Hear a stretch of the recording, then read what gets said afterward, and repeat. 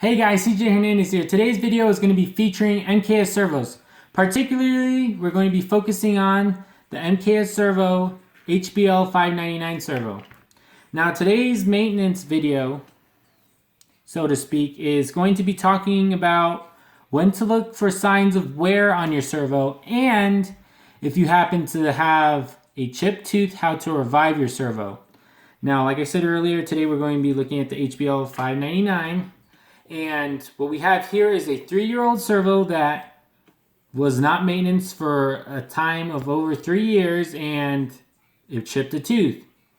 Now, this can happen to anybody that's abusing their servos or hits like a concrete wall or just an extreme wear due to time on the servo, such as 3 years. Now, just to give you an example of what this might look like, as you can see, there is a ton of slop on the servo. This is not normal. If this happens, you need to look at your servo gears. Now, there's a few options you can do. One, you could get an MKS servo gear set directly from MKS, which is about 27 bucks. Or, let's just say you're at the track, you're running, you hit that concrete wall that just popped out of nowhere, and you're like, crap, the servo went out. What happened? You go check on it and you're like, oh dang, I chipped a tooth. Well, today I'm going to show you a little trick on how to revive your servo and get back in running the same day. So, like I said earlier, we have a chipped tooth here. We're going to remove the servo horn. For the ease of the video, I've already removed the 4 screws that go on top. And what we're going to do is we're going to take the top case of the servo off, as so. We're going to set it aside, and we're going to remove the gears carefully.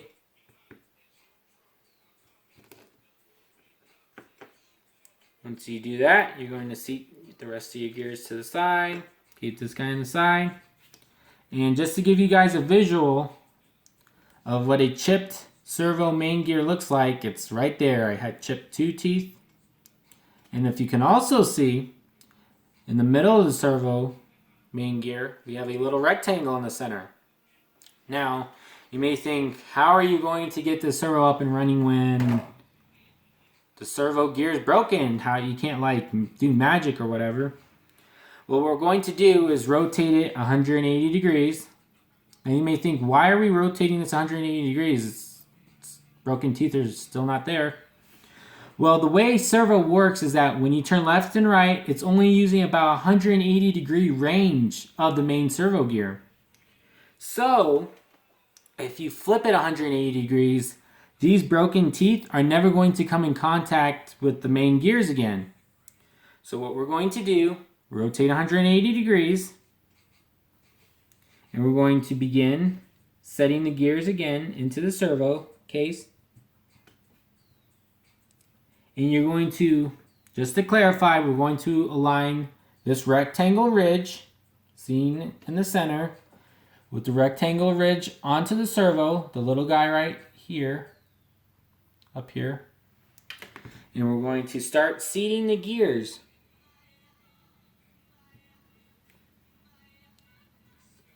Once you have seated the gears, you're going to lightly seat the gears. Once you know the gears are seated, you're going to get your top case, as so, and we're going to start mounting the servo back together. Now, this is definitely recommended for servos that have chipped teeth, or they're just starting to wear due to wear and tear, which is normal. And what you're going to do is you're going to start lining it up.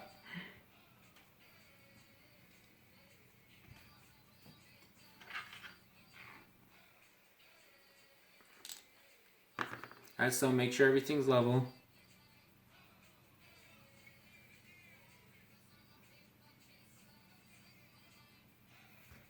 Give you guys a little better view. We're going to set on top of the servo case. Try to seat it. May take a little finesse, but it'll get in there. Boom. We have now seated the top of the servo case with the internal gears inside to the bottom. What we're going to do now is we're going to get our 4 screws that we removed earlier. We're going to start threading them into the servo. We're not going to tie them all the way because there's one more step we have to do.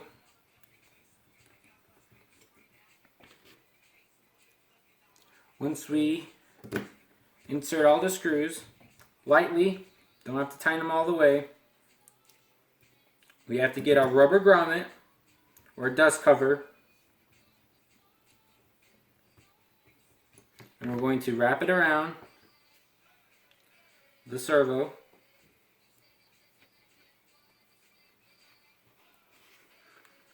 As so.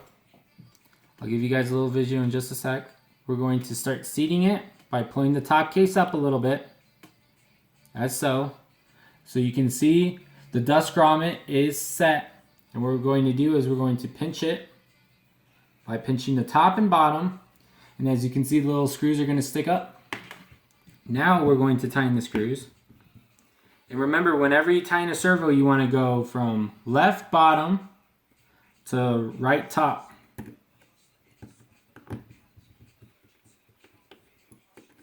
Once you have done this, you need to test to make sure your servo got mounted correctly.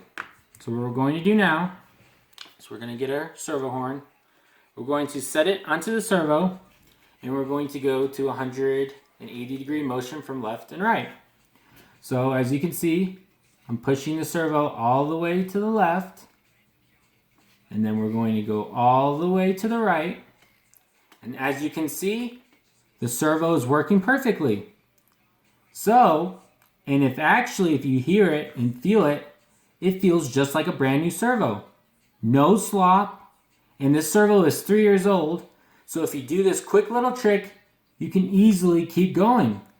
So, this is just like a little hands-on quick deal at the track. Oh crap, car broke. Oh, it's the steering. Oh, it's the main gear stripped or whatever. Flip the main gear 180 degrees, mount everything down, make sure everything's set and seated, and there you go. You have a fully operational servo that can keep going for tons and tons of miles.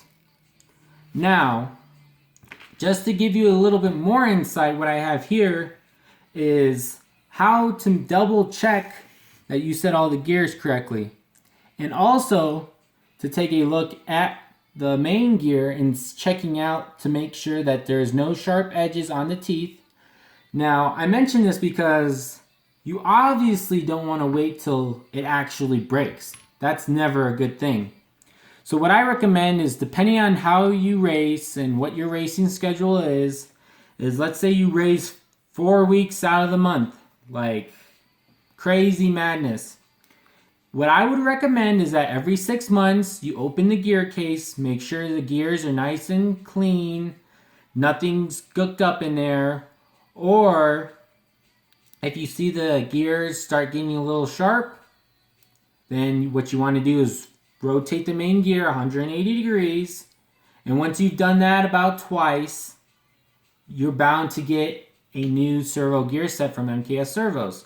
Now, the gear set's only $26.99, so it's not the end of the world, but if you're in a pinch, didn't have the gear set, you're able to do this mod and get back to racing effectively immediately.